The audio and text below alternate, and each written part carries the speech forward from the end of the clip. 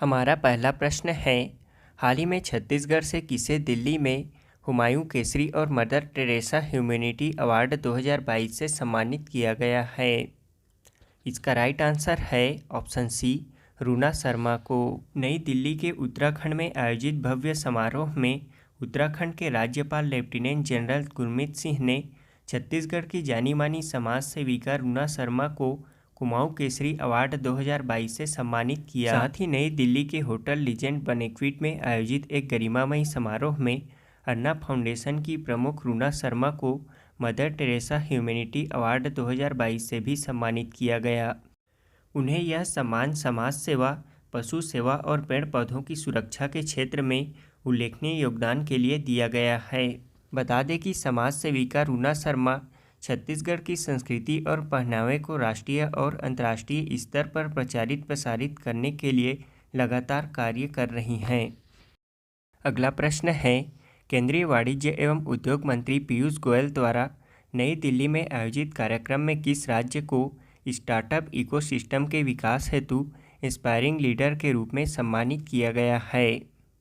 इसका right answer है option D, Chhattisgarh राज्य को। केंद्रीय वाणिज्य एवं उद्योग मंत्री पीयूष गोयल द्वारा नई दिल्ली में आयोजित कार्यक्रम में छत्तीसगढ़ को प्रदेश में स्टार्टअप्स इकोसिस्टम के विकास हेतु इंस्पायरिंग लीडर के रूप में सम्मानित किया गया है।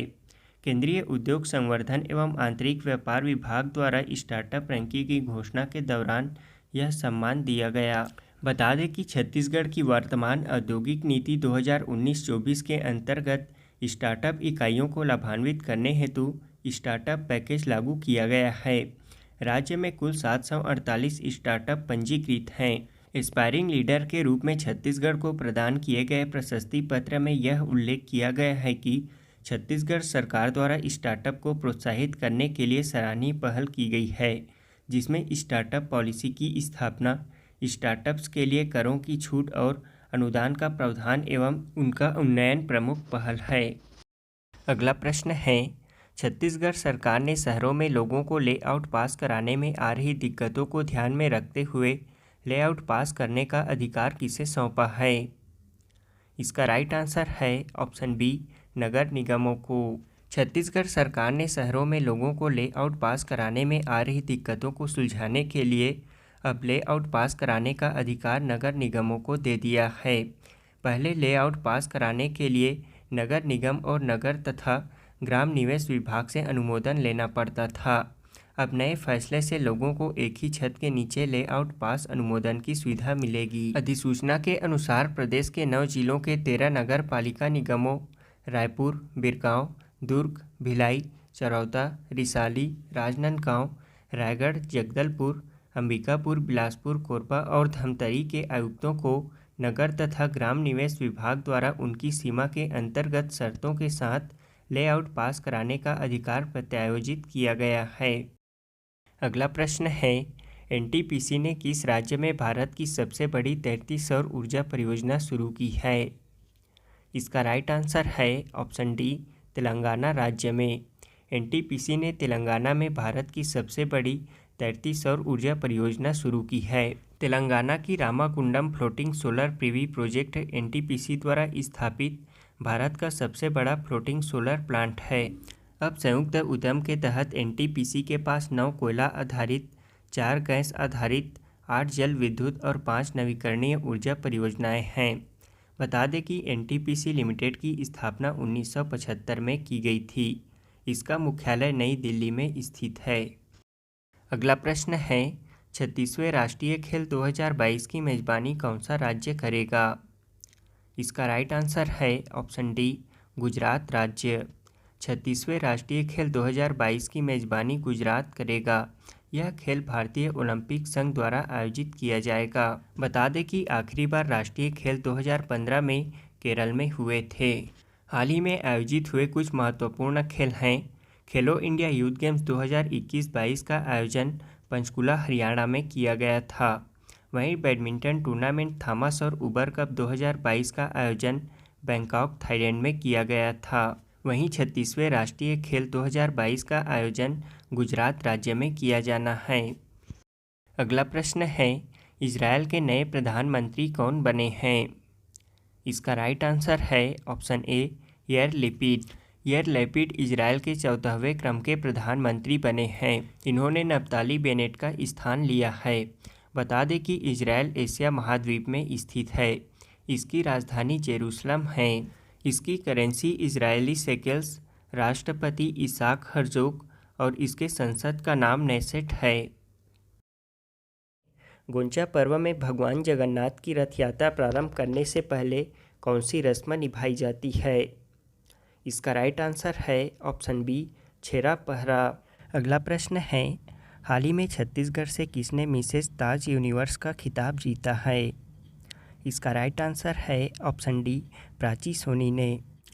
अगला प्रश्न है, हाल ही में छत्तीसगढ़ के किस राष्ट्रीय उद्यान अथवा अभयारण्य में पहली बार फायरफ्लाई फेस्टिवल का आयोजन किया गया था? इसका राइट आंसर है ऑप्शन ए कांगेर घाटी राष्ट्रीय उद्यान में। हमारा अगला प्रश्न है, केंद्रीय वाणिज्य एवं उद्योग मंत्रालय द्वारा जारी ईज ऑफ डूइंग बिजनेस में छत्तीसगढ़ राज्य को देश भर में कौन सा स्थान मिला है? इसका राइट आंसर है ऑप्शन सी दूसरा स्थान। अगला प्रश्न है, छत्तीसगढ़ निजी विश्वविद्यालय विनियामक आयोग के नए अध्यक्ष कौन नियुक्त किए गए हैं? इसका राइट आंसर है option D doctor Umesh Kumar Mishra. अगला प्रश्न है, गेल के नए चेयरमैन कौन चुने गए हैं? इसका राइट आंसर है ऑप्शन डी संदीप कुमार गुप्ता। अगला प्रश्न है, 31वें सरस्वती सम्मान 2021 से किसे सम्मानित किया गया है? इसका राइट आंसर है ऑप्शन ए रामतरस मिश्रा को। अगला प्रश्न है, हाल ही में महाराष्ट्र के नए मुख्यमंत्री कौन बने हैं? इसका राइट आंसर है ऑप्शन सी एकनाथ शिंदे। अगला प्रश्न है, मुख्यमंत्री भूपेश बघेल द्वारा झुमका आइलैंड का लोकार्पण किया गया, यह किस जिले में स्थित है? इसका राइट आंसर है ऑप्शन बी कोरिया जिले में। अब हम पिछले क्विज का आंसर जान लेते हैं। पहला प्रश्न है, छत्तीसगढ़ सरकार द्वारा 5 से 6 वर्ष तक के बच्चों के लिए कितने बालवाड़ी शुरू करने का निर्णय लिया गया है? इसका राइट आंसर है ऑप्शन डी 6536 बालवाड़ी। छत्तीसगढ़ सरकार ने प्रथम चरण में 6536 बालवाड़ी स्थापित करने का निर्णय लिया गया है। इसका उद्देश्य बालवाड़ी केंद्रों में खेल आधारित गतिविधियों के माध्यम से नौनिहालों को सीखने पर जोर देना है। अगला प्रश्न है, 24वें शीतकालीन ओलंपिक खेल 2022 का आयोजन किस देश में किया गया था? इसका राइट आंसर है ऑप्शन सी चीन में। चीन के बीजिंग में 2022 शीतकालीन ओलंपिक 4 से 20 फरवरी 2022 तक आयोजित किया गया था। अगला प्रश्न है, 2021 के लिए कितने बच्चों को राज्य वीरता पुरस्कार से सम्मानित किया गया है? इसका राइट आंसर है ऑप्शन बी 2 बच्चों को। 2021 के लिए छत्तीसगढ़ के 2 बच्चों अमर ज्योति जहिरे और शौर्य प्रताप चंद्राकर को राज्य वीरता पुरस्कार से सम्मानित किया गया है, जबकि 2020 के लिए 3 बच्चों जानवी राजपूत, दुर्गेश सोनकर और उन्नति शर्मा को सम्मानित किया गया है। अगला प्रश्न है, भारत के नए लेखा महानियंत्रक कौन बनी है? इसका राइट आंसर है ऑप्शन बी सोनाली सिंह।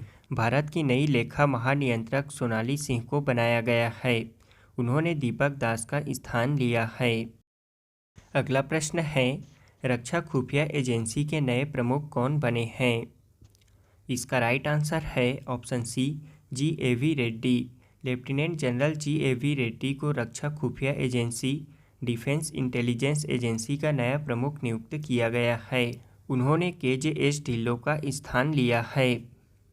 हमारा आज के क्विज का पहला प्रश्न है, विश्वविद्यालय अनुदान आयोग के नए अध्यक्ष कौन बने हैं?